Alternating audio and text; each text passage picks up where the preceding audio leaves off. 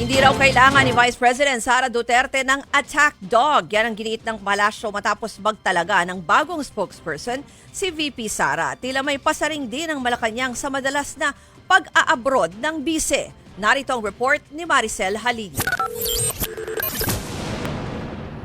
Ito ang isa sa mga bilin ni Vice President Sara Duterte sa bagong spokesperson ng kanyang opisina na si dating DTI Undersecretary Attorney Ruth Castelo.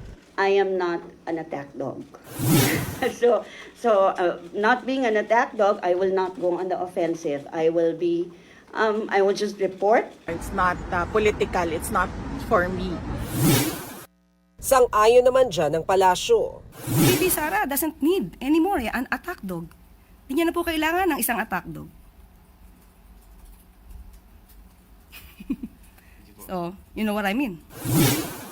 Sa kabila niyan, dinipensahan ni Castelo ang parinig ng palasyo na puro aksyon at hindi bakasyon ang inaatupag ni Pangulong Bongbong Marcos.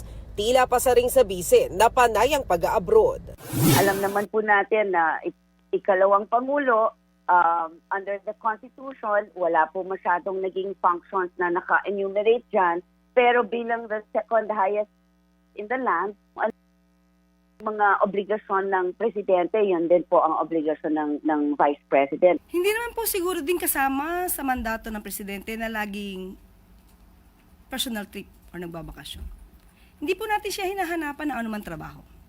Huwag na lang po niyang pintasan ang pamahalaan dahil ang Pangulo nagtatrabaho. Bukod sa madalas na pangingibang bansa ni VP Sara, mas malaking isyong hinaharap niya ang tungkol sa confidential funds. Ang mga kontrobersyal na pangalang Mary Grace Piatos, Shamoy Ocho, Miggy Mango at iba pa na nakapangalan sa resibo ng kanyang opisina.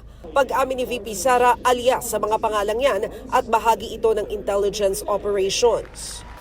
People who work in intelligence say that aliases are often used in intelligence operations. Ma'am, I do not want to elaborate on intelligence operations. May dalawang intelligence experts daw ang bise na ihaharap nila sakaling matuloy ang impeachment trial laban sa kanya. Let us wait for the trial. If there is no trial, then I will answer it publicly. Sagot naman dyan ni House Prosecutor at Manila 3rd District Representative Joel Chua, bakit ngayon lang nagpapaliwanag ang bise? Sana nung committee hearing, pinaliwanag na nila at hindi na humaba ng ganito yung issue tungkol sa confidential fund. So why only now?